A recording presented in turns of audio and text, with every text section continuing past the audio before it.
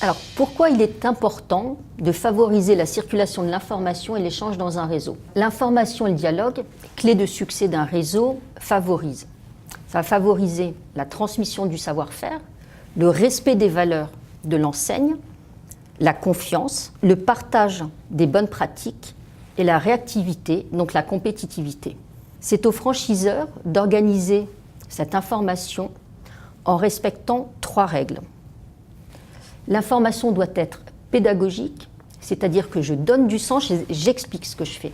L'information doit être opérationnelle et applicable sur le terrain. Et la diffusion d'informations doit être organisée, concise et cohérente. Pour relayer l'information, le franchiseur peut utiliser différents outils. Tout d'abord des outils écrits, comme par exemple le bulletin d'information hebdomadaire, qui va expliquer les opérations en cours, qui va transmettre les résultats, qui va transmettre la stratégie et les objectifs pour la semaine.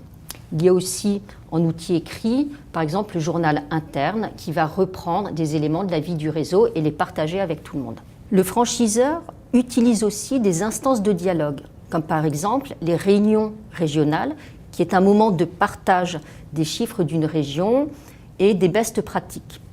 Il y a également la formation pour transmettre le savoir-faire.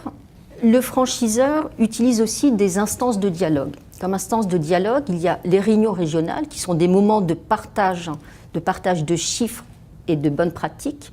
Il y a les formations, notamment pour la formation continue, pour continuer à transmettre le savoir-faire.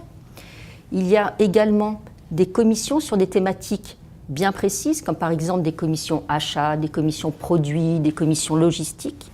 Et enfin, il y a la convention, qui est un moment stratégique dans la vie d'un réseau, puisque le franchiseur va partager avec ses franchisés la stratégie à venir, et la convention, c'est un élément moteur pour les mois à venir.